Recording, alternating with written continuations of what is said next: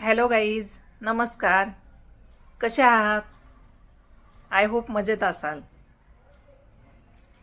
तर मी याच्या अगोदर एक आधी स्टोरी सांगितली होती, तर ती राहिलेली मी आज पूर्ण करते.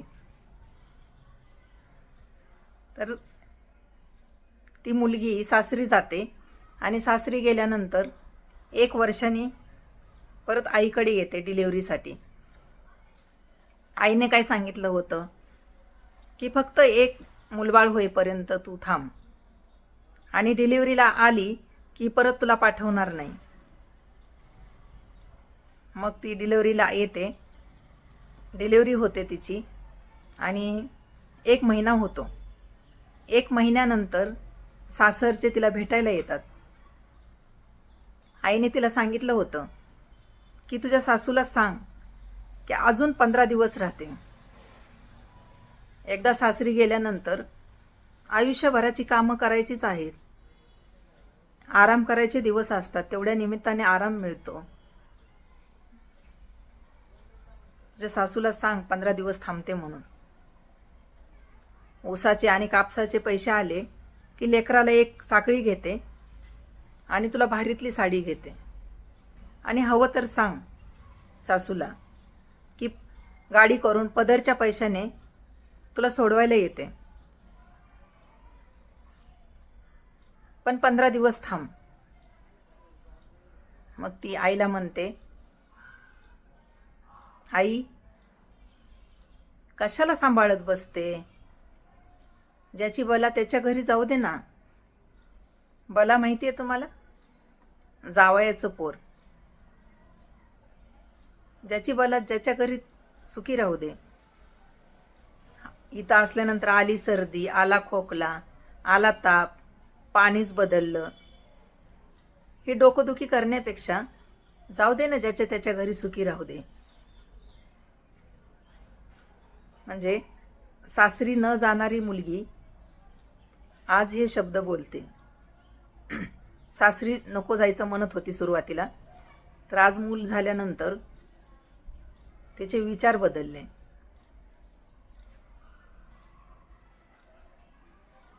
सासूला म्हणावा, मुलगी म्हणते सासूला म्हणावा 2 वाजता जाऊया. तुम्ही म्हणताय ना 4 वाजता जाऊया, तर 2च्या गाडीनेच जाऊया आपण. रात्री मी बॅग पॅक करून ठेवलेली आहे. मग ती सासरी जाते. सासरी गेल्यानंतर मूल व्हायच्या अगोदर आईला रोज दिवसातून 3दा फोन करत होते. आता 2-3 दिवसातून 1 फोन. त्या लेकराला 6 महिने होतात. 6 महिन्यानंतर आईला तिचा आठवड्यातून 1दा फोन. मग 1 वर्षाचं होतं ते लेकरू. मग आईचा फोन येतो मुलीला, अगं गीता, आपल्या गावची वार्षिक यात्रा आहे, तर त्या वार्षिक यात्रेला ये तू. तर ती आईला म्हणते, अगं आई, तुझ्या गीताच्या मुलाचा वाढदिवस आहे आणि यात्रेच्या दिवशीच वाढदिवस येत आहे, त्यामुळे आता घरी पाहुणे येतील, त्याचा वाढदिवस साजरा करायचा. तुलाच जमलं तर तू ये वाढदिवसाला. मग ते लेकरू 1 वर्षाचं होतं, नंतर 2 वर्षाचं होतं. मग शाळेत जायला लागतं. परत आईचा फोन येतो, अगं गीता, 4 दिवस राहण्यासाठी येऊन जा. तर खूप दिवस झालं तू आलीच नाही. तर ती आईला म्हणते, ती पोरगी आईला म्हणते, अगं आई, आता मुलाला शाळेत सोडवायला जावं लागतं, आणायला जावं लागतं, त्याचा अभ्यास असतो, त्याचं ट्युशन असतं, कसं यायला जमेल मला? मग ती त्यावेळेस पण जात नाही.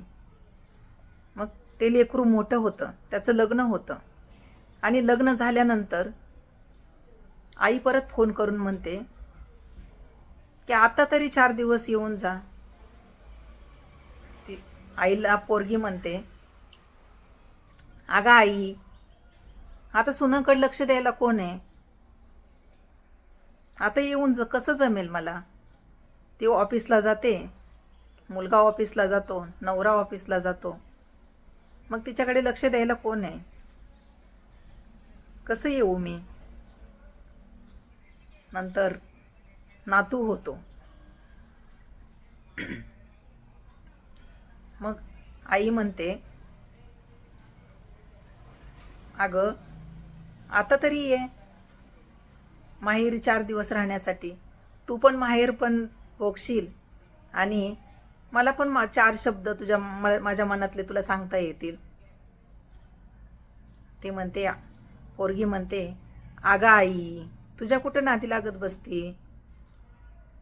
आता ते नातवाला शाळेत सोडवायला जावं लागतं, आणायला कोणी नसतं. परत तेच म्हणते, नवरा ऑफिसला जातो, सून ऑफिसला जाते, मुलगा ऑफिसला जातो, मला येऊन कसं जमेल असं म्हणते. आणि 2-4 दिवसांनी परत फोन सकाळी पहाटे 5 वाजता येतो. भावाचा फोन असतो. भाऊ ताईला म्हणतो, अगं ताई आईला ॲडमिट केले, 4-5 दिवस झाले ॲडमिट केले आईला. खूप मोठं हॉस्पिटल आहे आणि मला नाही वाटत आता जास्त दिवस जगेल म्हणून. आणि तुझी नेहमी आठवण काढत असते. छोट्या भैयाची आठवण काढत नाही, मोठ्या ताईची आठवण काढत नाही, माझं नाव घेत नाही, फक्त तुझी आठवण काढते. की गीताला बोलव माझ्याकडे.